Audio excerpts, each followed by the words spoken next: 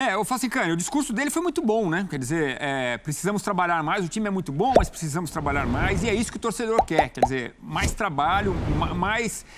conseguir recuperar um pouco aquilo que teve em 2019, né? Quando ele fala dos três, ele atende a boa parte da torcida que gostaria de ver os três lá na frente. Foi isso que te chamou mais a atenção no discurso do Paulo Souza? Me chama a atenção quando ele fala em equilíbrio, porque é um Flamengo que, como o Zupac pontuou, faltou em campo no ano passado ser mais organizado, defensivamente em especial. Era um Flamengo muito suscetível a dar espaço aos adversários, porque muito se pensava a memória tática da época do Jesus. Time joga por música, jogadores se conhecem, mas não adianta nada.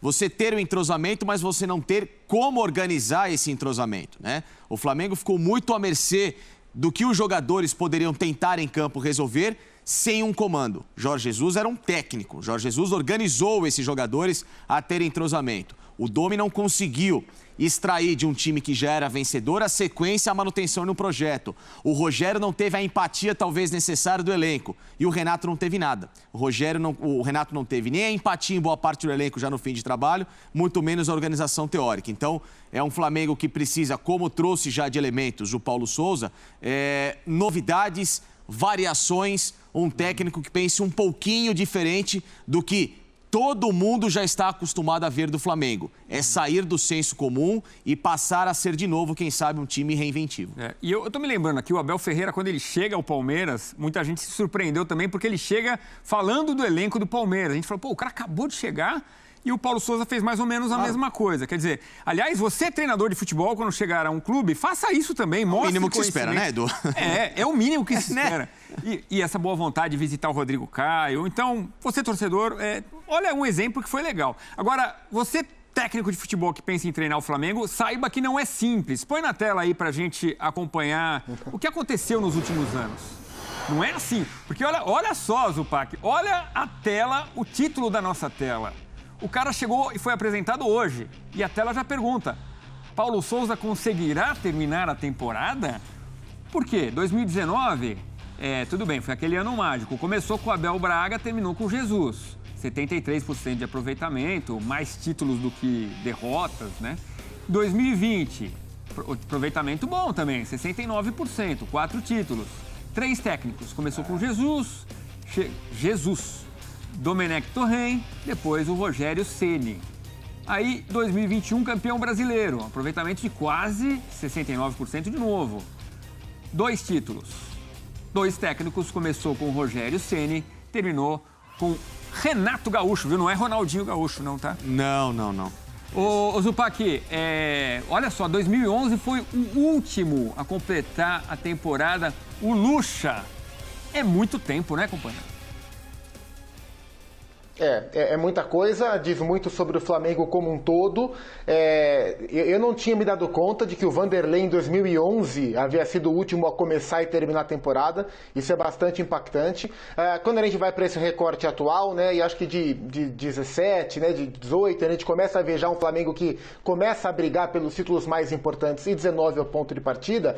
Tudo leva a crer, e aí é uma defesa ao Flamengo, que se o Jorge Jesus não pega a sua trouxinha e não vai embora para o Benfica, em 2020 ele teria começado e terminado a temporada, a não ser que algo de muito sobrenatural acontecesse a ponto de o Mister ser demitido no ano seguinte ao trabalho espetacular que ele fez. Mas foi uma escolha dele e a título de estatística, foi um técnico que começou e não terminou a temporada. E depois dele já vieram 4 treinadores, né? 3 treinadores, o 4º é o Paulo Souza, é bastante coisa, e o Flamengo tem que entender o porquê, onde é que está esse erro, se o erro é na hora de escolher o técnico, se é no trabalho da diretoria de fazer a seleção e de oferecer esse importantíssimo cargo, talvez hoje o mais valioso dos cargos do futebol brasileiro na atualidade, a um treinador que não tem exatamente todas as competências necessárias para esse trabalho, ou se o erro está no decorrer desse percurso aí. Mas o Paulo Souza agora tem essa chance.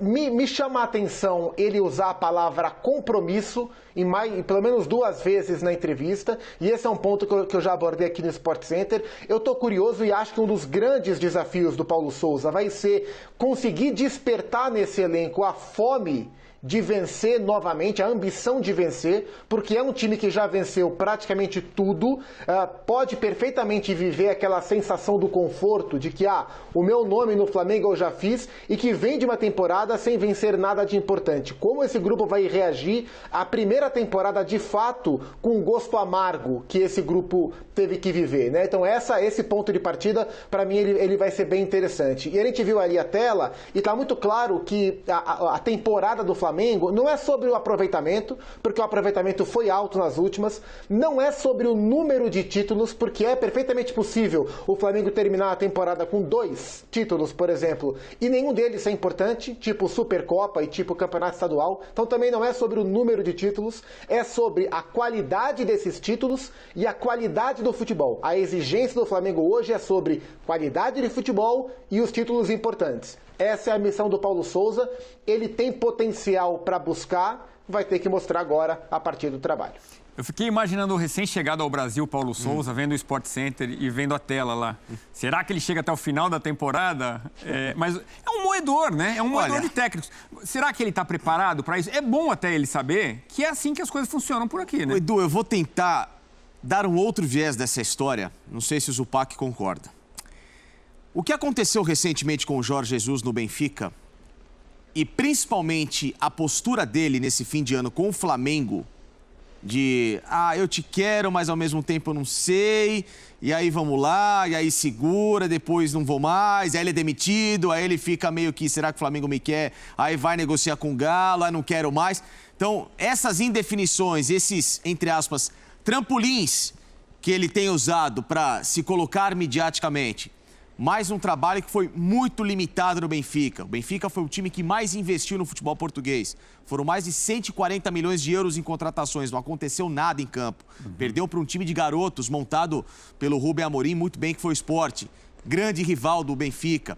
Então, mostrou-se também que em Portugal ele foi um técnico que precisaria de mais atualizações, deixar de lado só o nome e o currículo dele. Então, acho que todos esses elementos recentes deixam o torcedor do Flamengo um pouco menos naquela saudade de Jorge Jesus. Os jesuítas. Né? Exato. Beleza, foi bom. Lá em 2019. O pós-2019 não aconteceu.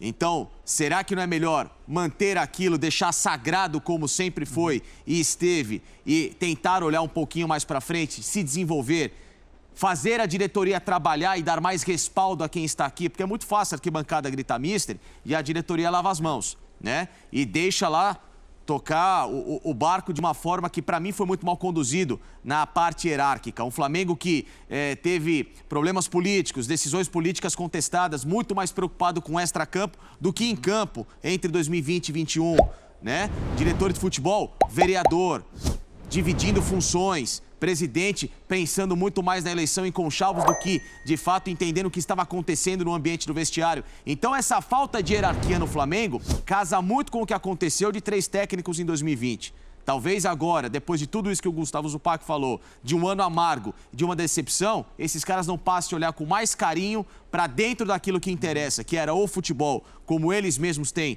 como a prioridade no Flamengo, e talvez, quem sabe, dar ao Paulo Souza a tranquilidade e a mão forte. Trabalhe como você achar que tem que trabalhar.